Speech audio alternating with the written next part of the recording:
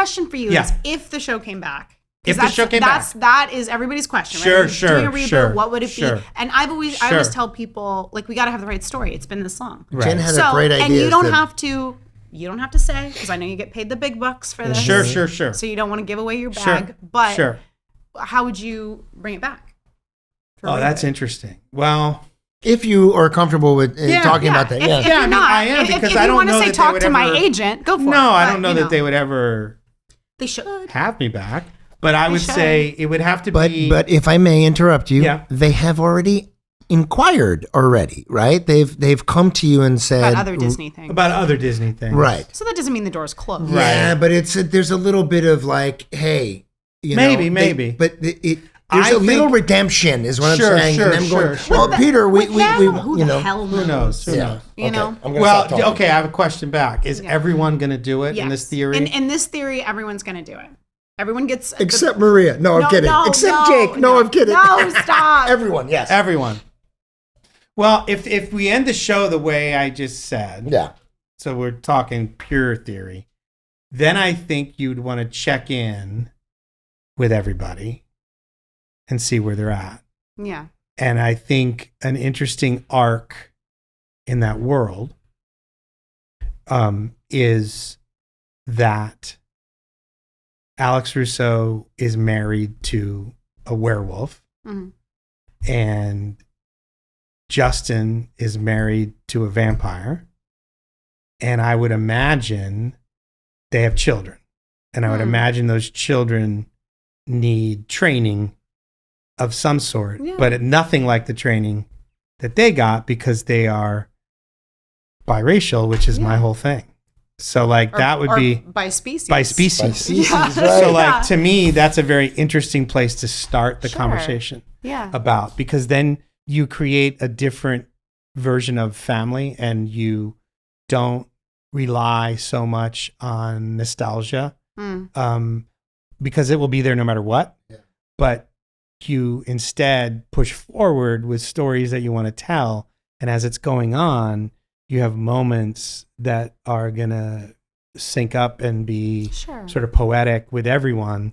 But I think this times I've seen all these reboots, the ones that I think work are the ones that press onward. Yeah, go into... That's a great point. That's a great point about pressing onward to giving something to the newer generation. Am I in the show? Yeah. So we wave by Jerry's grave, and then no! Yeah. No, that's great. You're a motivational speaker. Oh God! I just made that. That's funny. I played a motivational speaker in this show. You're not one in real life? No. But in the show we just shot over the summer, the creator of the show, when we were shooting it, was like, "Would you do this part?" And I was like, to be fair, you really acted in it? You did it? To be fair, he asked a bunch of different people on the writing staff to do different things on the show. And I was like, not interested. And then, would you do this part? Not interested. And then there's this one part that was like, it was audio only. And it was like a character in the show has a motivational speaker that he subscribes to and loves. Yeah. And there was a scene where we had to hear it. And so then he asked me, I go, audio? I'm in. And he goes, oh, he's quick. And I go, yeah, because I will be established in the universe. And then you can't ask me again. Smart. Very smart. Go ahead. Sorry. I was just going to say, it's like, when did you know you wanted to be an actor? When did you know that you wanted to create television shows? Or when did you know you wanted to write stories? When did that happen? All I ever wanted to be was a baseball coach and an English teacher. Is all I ever wanted to be. And You'd be a hell of an English teacher. I would be so much fun. The whole syllabus would be burned books. Oh my God, it'd be all good. It'd be all good. I started writing in college. I had a teacher. I know both of you have heard this story, but I'm going to say it again. I had a professor give me a paperback and said, see me in my office. And this is back in the old days when they gave papers back and they wrote on them. And I went to her office and I was petrified. And she's like, this was hilarious. And it was a paper on existentialism. And she goes, this is hilarious. And I go, great. So what's my grade? And she goes, you don't have any footnotes. You don't have a thesis. Like, this is a mess. And I'm like, okay. So maybe what's my B. grade? So B. Right? It's pretty funny. She said, I'm going to make you do it again, but I want you to meet this sketch group that performs on campus every week. A couple of them in another class of mine, and they need writers. So I started writing sketches. And then Second City Touring Company came to Tucson. I was about to say, I was like, I knew Second City was a big and part they were there. And it, again, pre-internet days, like I was just doing this with friends, 1 hour a week. And then, I saw at the big auditorium with 1,000 people. I'm like, wait a minute. They're getting paid, right? And I was like, oh, okay. So then I moved to Chicago and I got into Second City. And when I was in Second City, I knew, even though I was in it as an actor, that I was way more interested in writing. So when I've I heard got that to from LA, a lot of people that do sketch comedy or improv. Yeah. It's like there's always some that are more on camera, they want to be more the acting side, and then there's some that are like, I just want to write. Right. Alan Arkin came to visit the theater once when I was there. And at the end of the night, after the improv set, he was talking to some actors, and he said that he was a Second City actor. Was he really? Yeah. I didn't know way that. back, yeah. And he said, I've made a career out of 3 characters that I learned at Second City. The annoying guy, the angry guy, and the angry annoyed guy. And, now that you say that, I can really picture him. Yeah. And so like, and I was surrounded by people that were so good. Yeah. And so I was like, I'm just going to write. I just want to write. So that's kind of it. Yeah. That's what started it all. Who are your, because we've asked, like who are some of your comedy, comedy idols? Comedy idols. Legends? Yeah. And then who are some of the people that you were like inspired by to add to the show, if anybody, like if there were any like to add to the that influenced you, and then also that put you into gave you well no, but yeah well no let's start the answer. Influences first. Influences first. Yeah. Growing up, I was allowed to stay up to watch the Tonight Show past my bedtime. Yeah.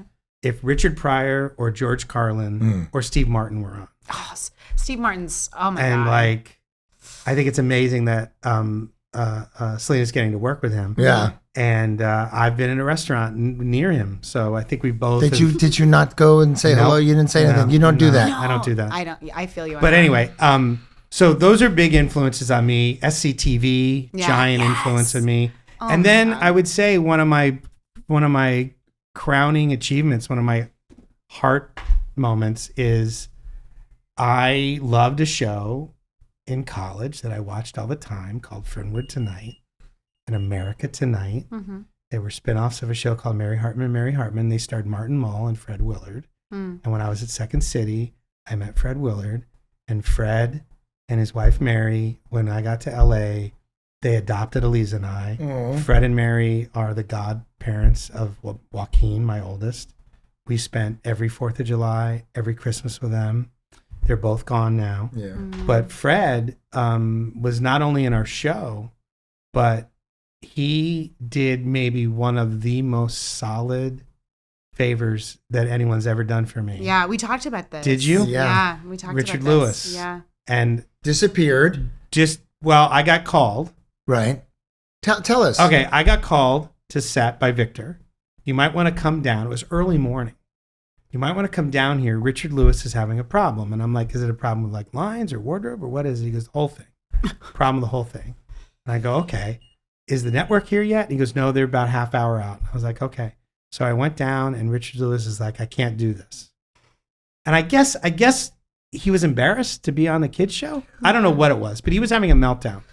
And as he always does, right? And so I was having to think quick, and we were shooting, and the network was coming. Mm-hmm. And so I was like, all right, well, I got the producer and I said, what do we have to do insurance wise? And I was like, they told me, and I said, okay. So Richard, you go to your dressing room and sit there because you can't leave the lot till I've ironed this out.